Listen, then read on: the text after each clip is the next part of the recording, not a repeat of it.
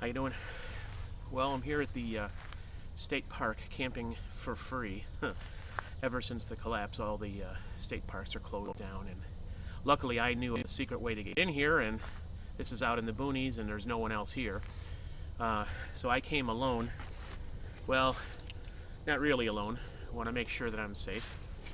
The reason I came here, I was here before the collapse, just camping at this very campsite. And these things kept falling from the trees, and I didn't know what they were. All I knew is that I would walk and I'd stumble on them, and they'd hit my tent, falling from 30 feet up, and wham on the tent, and scare the daylights out of me in the middle of the night.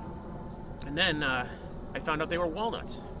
Don't look like a walnut to me, but I'm allergic to nuts, and I live in the city, so what do I know? So someone taught me about these, that these are walnuts, and that we can basically, what I'm looking at is an annoyance all over the place. Had I known, it's a great source of food, great source of protein. And it's funny because in the Book of Eli, this movie about a post-collapse world, I don't know if it was a nuclear war or just an EMP or whatever, but someone asked this Denzel Washington character, what was it like before? He says, funny, we used to throw things away that people would fight over now. And that's what I feel about this.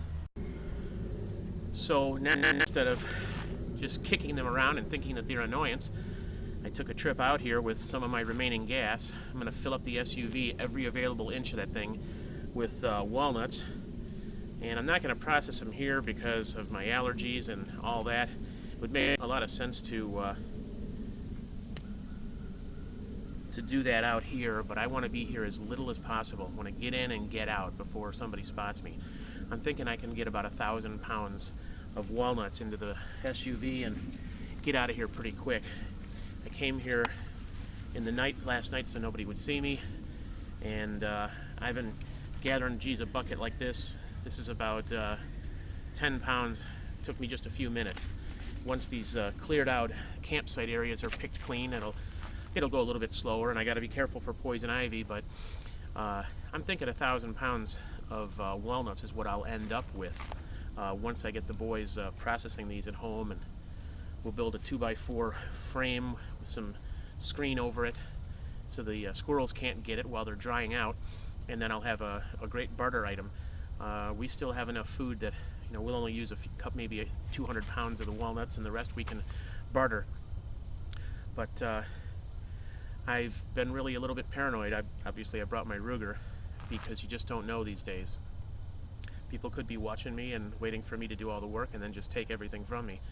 So I'm being extra careful. I put tripwires out, and I covered over my SUV with tarps because if someone comes out with a flashlight, or if the moon comes through the trees, the reflectors or the headlights or the windshield might catch a ray of light and give me away. So I'm being pretty quick, pretty stealthy, and I'm going to get out of here soon with an SUV load full of walnuts.